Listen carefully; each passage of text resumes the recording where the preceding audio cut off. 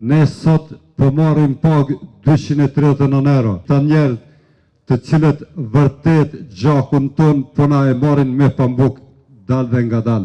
Sektori publik mori pagën e 13, u gëzuam shumë, sepse menduam që edhe ne do t'i marrim.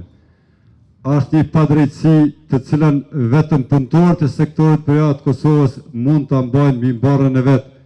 Përderisa kryeministri jonë, kryeparlamentari dhe gjithë të tjerët brenda një muaj ditë në buxhetin e tyre u rrit për 6.000 euro, neve të nderuar edhe sot po marrëm 239 euro. Kjo gjithçka mund të jetë, vetëm nuk jetë liri dhe nuk mund të jetë barazi, po edhe nuk mund të jenë ato fjalë që po i thonë para zgjedhjeve.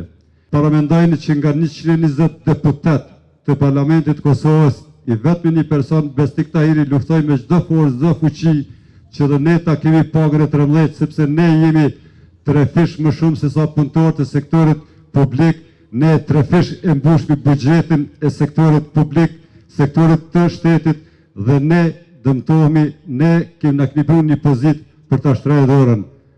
Ne nuk po trajtohemi si njerëz, por megjithatë mos harrojmë, keni me pagu këtë fakturë edhe po e paguani, sepse rinin e që të jashtë.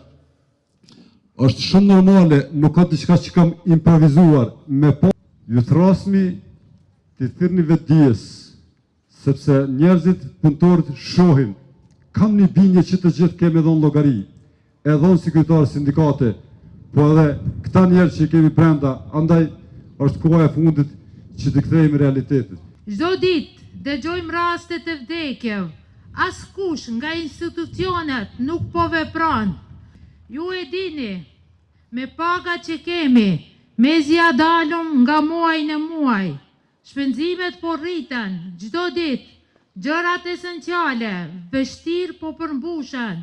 Shumica e trajtime mjekësore kërkojnë orientim privat, që për ne është sfidë financiare dhe me mezi i mbulojmë.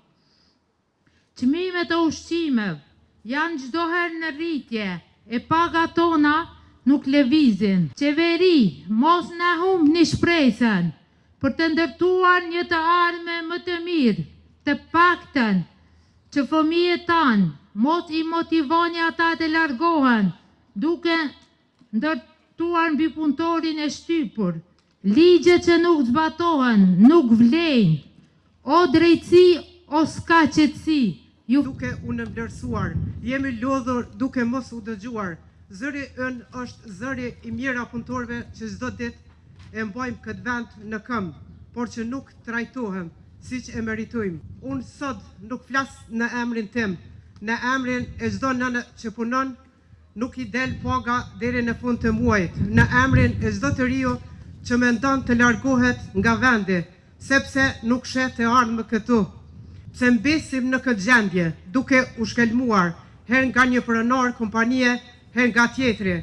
A ka ligje për ne, punëtorët publiko-privat, që na bartin si valet e detit nga një kënd në tjetrin?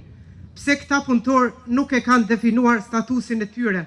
Ne e dim këtë, sepse edhe në varfrin tonë, po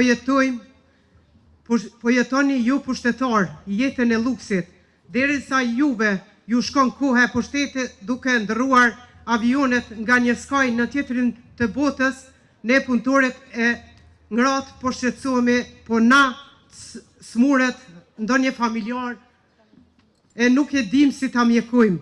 Kurse deputet të Parlamentit të Kosovës dhe qeveri, a ju vjen turp kur dilni para fushata zgjedhore në për kompani private dhe deklaroni se do të